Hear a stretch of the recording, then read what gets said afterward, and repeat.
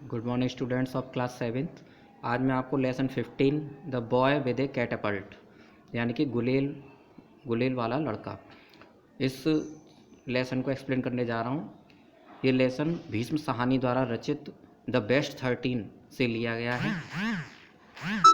प्रस्तुत लेसन में लेखक कहते हैं कि जब वे स्कूल में पढ़ते थे तो वहाँ अजीब तरह के लड़के थे। उनमें से एक लड़का बहुत ही ज़्यादा अजीब था। उसका नाम था बोधराज। बोधराज बहुत ही दुष्ट और निर्दयी प्रवृत्ति का था। वो ऐसी हरकतें करता था कि लड़के उससे बहुत डरते थे। क्लास के लड़के वो जैसे कि जो बर्रैयाँ होती हैं, बर्र होती हैं, उनको हाथों से पकड़ लेता था और उनके पंखों को नोच डालता था और उनको धागे से बांध के उड़ाता था पतंग की तरह। और अगर वो किसी को नोच देता था तो ऐसे सूज जाता था उसका हाथ, जैसे कि किसी ने सांप ने उसे काट लिया हो। और ऐसा भी कहा जाता था कि अगर बिच्छू उसे काट ले तो बिच्छू मर जाए, क्योंकि उसमें इतना जहर भरा हुआ था कि उस पर सांप के जहर का भी कोई असर नहीं होता था। बोधराज जो था वो बहुत ही अच्छा निशानेबाज था। उसकी गुलेल का निशाना चिड़ियाँ बनती थीं ज़्यादातर, क्योंकि वो चिड़ियों का शिकार करता था। वो ऐसा भी करता था कि पेड़ों पर चढ़ जाता था और उनके घोंसलों को नष्ट कर देता था और एग्स को जो है ज़मीन पर गिरा देता था। वह बहुत ही विंडिक्टिव था। विंडिक्टिव मान लो दूसरों को चोट पहुंचाने वाला या दूसरों को दुख देने वाला। And took pleasure hurting others, और दूसरों को दुख पहुंचाने में उसे बड़ा आनंद मिलता था। सभी लड़के उससे बहुत डरते थे, यहाँ तक कि उसकी माँ उसे राक्षस कहकर बुलाती थी। जब उसकी किसी से लड़ाई हो जाती थी तो वह उसे सिर से चोट मारता था, जैसे कि कोई सांड लड़ रहा हो तो, और वो उसको बहुत घायल कर देता था। मेरे पिताजी का, फिर लेखक कहते हैं कि मेरे पिताजी का किसी दूसरी जगह प्रमोशन हो गया और उनका वहाँ से ट्रांसफ़र हो गया। तो उनको जो जगह मिली, एक पुराने किस्म का बंगला उनको शहर के बाहर दिया गया, जो कि काफ़ी बड़ा था। लेकिन लेखक का मन वहाँ नहीं लगता था, क्योंकि उसके फ्रेंड्स जो थे उससे काफ़ी दूर थे और वो उनमें से कोई भी फ्रेंड उससे मिलने नहीं आता था, केवल बोधराज के अलावा, क्योंकि बोधराज को वह जगह बर्ड्स के शिकार करने के लिए बहुत अच्छी लगी, क्योंकि वहाँ पर मंकीज़, बर्ड्स वगैरह, और आसपास जो था वो थोड़ा जंगल का सा माहौल था। तो वहाँ पर उसे वो अच्छा लगता था। वो वहाँ पर आकर उसके साथ रहता था और वहाँ पर निशानेबाजी करता रहता था।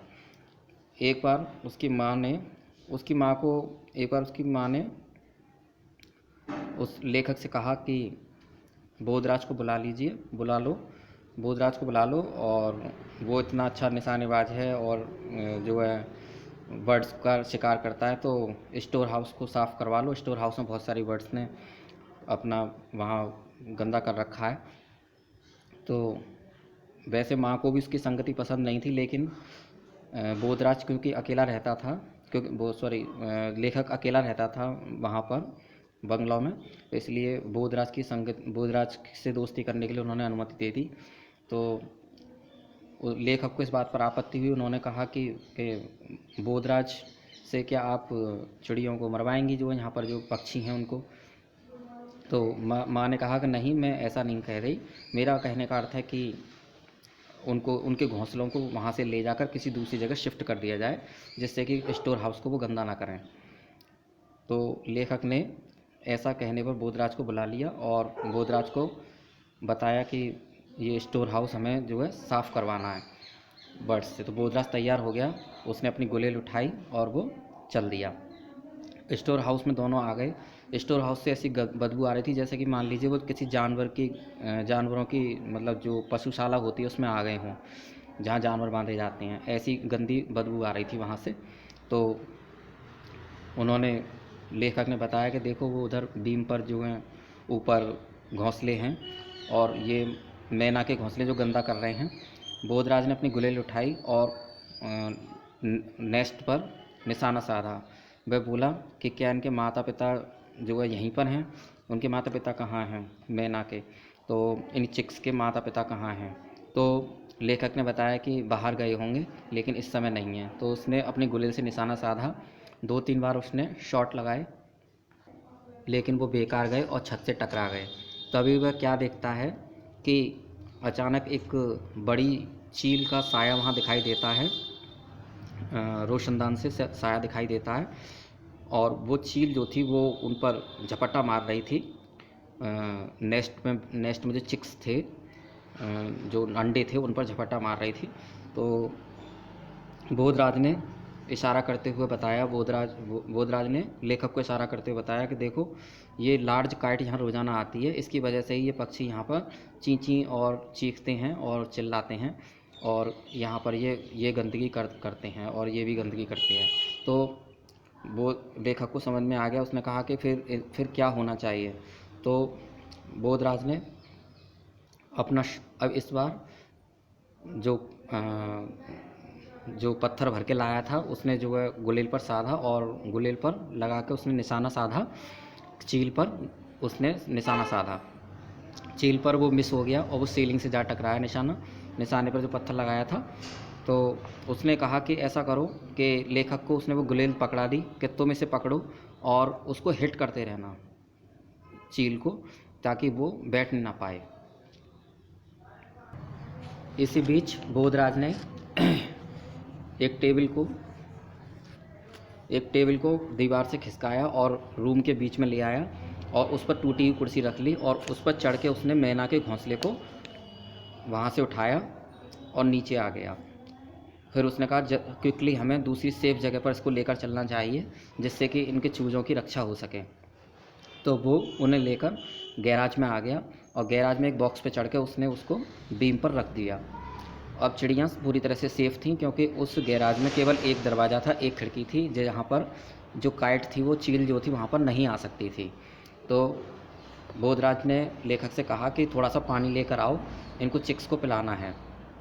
लेखक को अब भी समझ में नहीं आ रहा था बोधराज में इतना बड़ा परिवर्तन कैसे हो गया। ये तो चिड़ियों को, पक्षियों को हमेशा मारता था।